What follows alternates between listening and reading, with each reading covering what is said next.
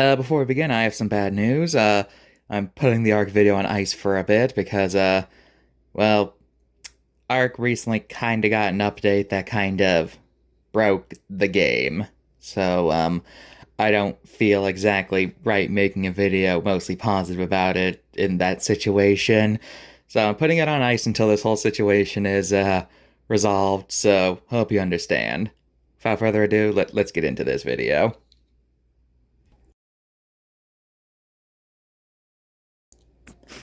Hello, everyone, and welcome back to Monsters of the Past Revisited. As always, I'm your host, Mr. G.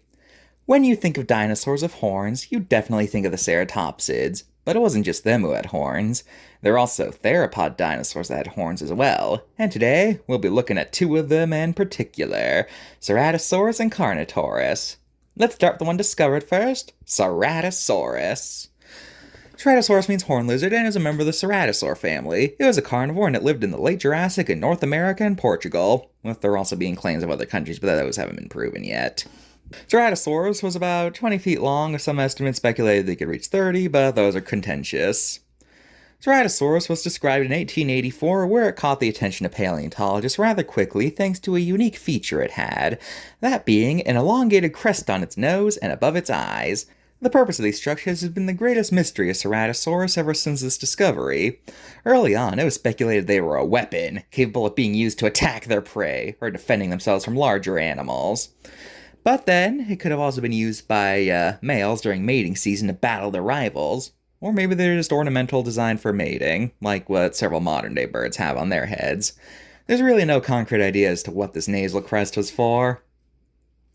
Ceratosaurus lived in the Morrison Formation, which was home to other larger theropods, like Allosaurus and Torvosaurus, and possibly Saurophagenics, but they're kind of contentious at the moment and might not have even been a real animal. Anyway, it's possible these guys managed to coexist by hunting different prey. Like, maybe one was the apex predator, one was the hyena-esque secondary predator, and Ceratosaurus could have been like the jackal, going after things too small for the big guys. There's even a theory that Ceratosaurus was semi-aquatic and ate fish, but there's not really any evidence for semi-aquaticness. Though they have notably been found in areas where there's lots of swamps and other bodies of water, so maybe? I don't know. For a while, Ceratosaurus was a pretty famous dinosaur. It showed up in plenty of paleo media of the 1900s, but one day it just kind of stopped showing up in things as much. It would never become obscure or anything, but it just kind of stopped showing up in as much media as it used to. Maybe other theropods took the spotlight, or maybe it was because of the discovery of another horned theropod, Carnotaurus. Carnotaurus means meat-eating bull, and it was a member of the abelisaurs. It was a carnivore, and it lived in South America during the late Cretaceous. Carnotaurus was about 25 feet long, nowhere near as big as, well, we'll get back to that. Carnotaurus is a relatively recent discovery, only having been described in 1985, but it quickly gained the attention of paleontologists for two big reasons. That's right, those puny arms. Seriously, everyone makes fun of T-Rex for stubby arms, but look at these things. Those are definitely a vestigial organ.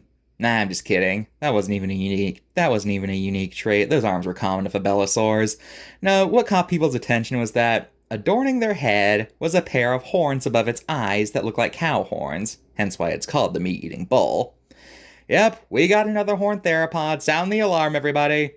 Anyway, once again, we have no idea what Carnotaurus used its horns for. Maybe they could have been used like how bighorns use their horns, they ram against each other. Well, they don't seem sturdy enough for that. Maybe they are a dimorphic trait only males had. We have only discovered a single specimen after all, so it's possible, but further evidence would be needed. Or maybe, once again, they were ornamental and were used to attract mates. Yeah. Oh yeah, that single fossil thing? Yeah, Carnotaurus is only known from a single specimen, but it's very well preserved. We even have skin impressions of them showing off their scales. Now, how Carnotaurus hunted and what role it played in the ecosystem, that's also debatable too. The current most popular theory is that it was a cheetah-like predator, built for speed and chasing prey down. But if we look at their skeleton structure, it shows they would have been terrible at turning, so that would have been a big weakness of theirs. They could really only chase things in a straight line if this was the case. But some also speculate maybe they were big game hunters or something. We really don't know, because like I said, only one skeleton. Now, I know I accused Carnotaurus earlier of replacing Ceratosaurus in pop culture, but come on, it cannot be a coincidence that Carnotaurus' discovery is when Ceratosaurus stopped being a common sight in paleomedia. Now, Carnotaurus was a decently well-known dinosaur in the Paleocene thanks to the horn debacle, and it even showed up in the second Jurassic Park book, but it didn't appear in the movies until way after it became famous in the mainstream. But speaking of which, Carnotaurus became mainstream when it was featured as the main predatory dinosaur in the Disney movie Dinosaur. But much like how Jurassic Park did velociraptors and they became famous, this portrayal was a bit off. You see, in real life, Carnotaurus is actually pretty equal in size to the main character species Iguanodon, but in this movie, they're shown as colossi who tower over the other dinosaurs. This is because the original plan for Dinosaur was to have a Tyrannosaurus Rex as the main predator, but because T-Rex is such a stock dinosaur, they decided to go for something less well known, and thus they swapped in Carnotaurus. Also, side note, Carnotaurus did not live with any of the species shown in this film, but then again, this movie's kind of a hodgepodge of locations and time periods anyway. I mean, you have dinosaurs from all over the globe, and while they mostly use Cretaceous life, they also have Longus guamo, which is from the Triassic, and Brachiosaurus from the Jurassic. But, to be fair, I guess, it is mentioned that Brachiosauruses are functionally extinct by the events in the movie, and they do explain the Carnotaurus presence by saying they're further north than usual because of the film's disaster. So I guess they covered the tracks somewhat. They don't explain the Longus guama, though. Those things should be long dead. Now, an interesting fact, according to the tie-in ride Countdown to Extinction, I refuse to call it Dinosaur, that's a way lamer name, the dinosaur we see here isn't what we have in real life. It is not Carnotaurus astray, but rather a hypothetical species called Carnotaurus robustus floridensis. So, I guess that checks out somewhat. Anyway, ever since this movie came out, Carnotaurus has become a pretty common sight in pop culture and paleomedia, so that's nice, I guess.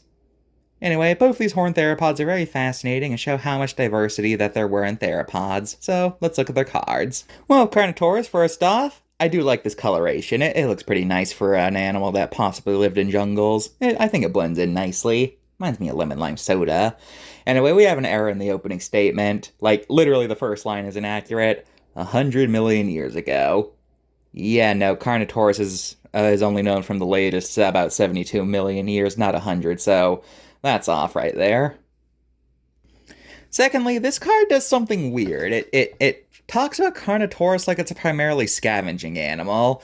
Like, it mentions that it possibly used its horns to intimidate smaller predators to give up their kills. And I'm just like, where are you getting this from? So, yeah, 9 out of 10. I would give it an 8 out of 10, but, like I said, we don't know Carnotaurus' primary function for their horns, so you can't say this isn't true, but, again, this is a really weird theory that I've never seen anywhere else. Now, Ceratosaurus makes the common mistake in media where it only gives it its nasal horn, instead of also the horns it had above its eyebrows. It does have an eyebrow ridge, but they don't seem to be horns of any sort, so, yeah, that's an error right there. Secondly, it talks about the horn like it was primarily a weapon. That's a theory that's pretty much been entirely discredited due to lack of any real good evidence. So, yeah, 8 out of 10. You know, I just realized, I've been talking a lot about the mysteries of Ceratosaurus' nasal horn, but you know what I just remembered? I literally made a Ceratosaurus intelligent 5 years ago. Why don't I just ask him? Hey buddy, get over here. Yes, can I help you? What was the purpose of your horn anyway? I'm glad you asked. You see, the answer's quite interesting. You see,